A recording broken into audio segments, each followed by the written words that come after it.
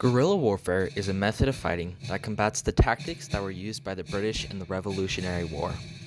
During and before the Revolution, British would march in lines onto the battlefield and shoot at enemies across from them. Guerrilla fighting, on the other hand, includes ambushes and raids to generate maximum damage with minimal casualties. Guerrilla fighting has been so successful that it is still used today. Guerrilla warfare concepts were first used in the American Revolution at the Battle of Lexington and Concord. This was the first battle of the Revolutionary War. The Battle of Lexington and Concord was fought on April 19, 1775. George Washington can be credited with these unconventional fighting methods. What George Washington lacked in tactics, he made up for in his strategy, realizing that with each passing day, the British positions became more untenable. From A Patriot's History of the United States by Larry Schweikart and Michael Allen. Because the Continental Army only had a fraction of the soldiers that the English had, a new method of fighting was a necessity. Guns at the time were so terribly inaccurate that soldiers would literally stand across from each other and shoot in hope of hitting someone. There were other Americans that used hit-and-run raids, surprise attacks, and ambushes against the British, such as William R. Davie, Daniel Morgan, David Wooster, Shadrach Inman, Francis Marion, the Over-Mountain Men, and Morgan's Riflemen.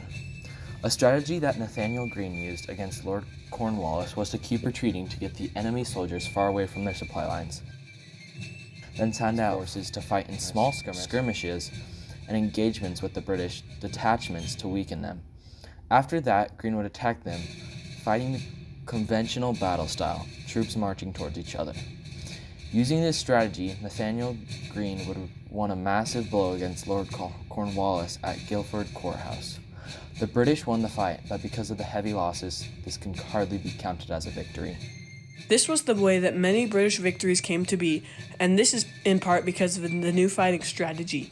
It is estimated that there were 12,900 American casualties during the war compared to the 25,200 casualties of British forces. It's almost a 1-to-2 ratio. This isn't a coincidence. The Americans had something that the British didn't. Guerrilla fighting proved very useful to American soldiers. The Continental Army fought mostly in the north, but in the south, almost all of the fighting was carried out by the local militias of each separate town. Here's where guerrilla fighting was most popular.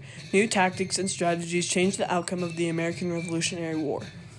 Part of the reason that the American Army was so successful in the war is the conjunction of strict hit-and-run tactics, which natives used during the French and Indian War, and the battle tactic they used in the open battlefield. It proved incredibly destructive. All in all, guerrilla warfare revolutionized the Revolutionary War. Even though the American Continental Army did not have nearly the amount of soldiers that the British had, it had older rifles and artillery, the soldiers lacked the training that the British received, and they did not have financial help from across the ocean, the Americans won the war. This was due to many different reasons, but one that can be considered is the use of guerrilla warfare methods. Because America had commanders that discovered new strategies and the will of each individual soldier, we live in the land of freedoms we have today.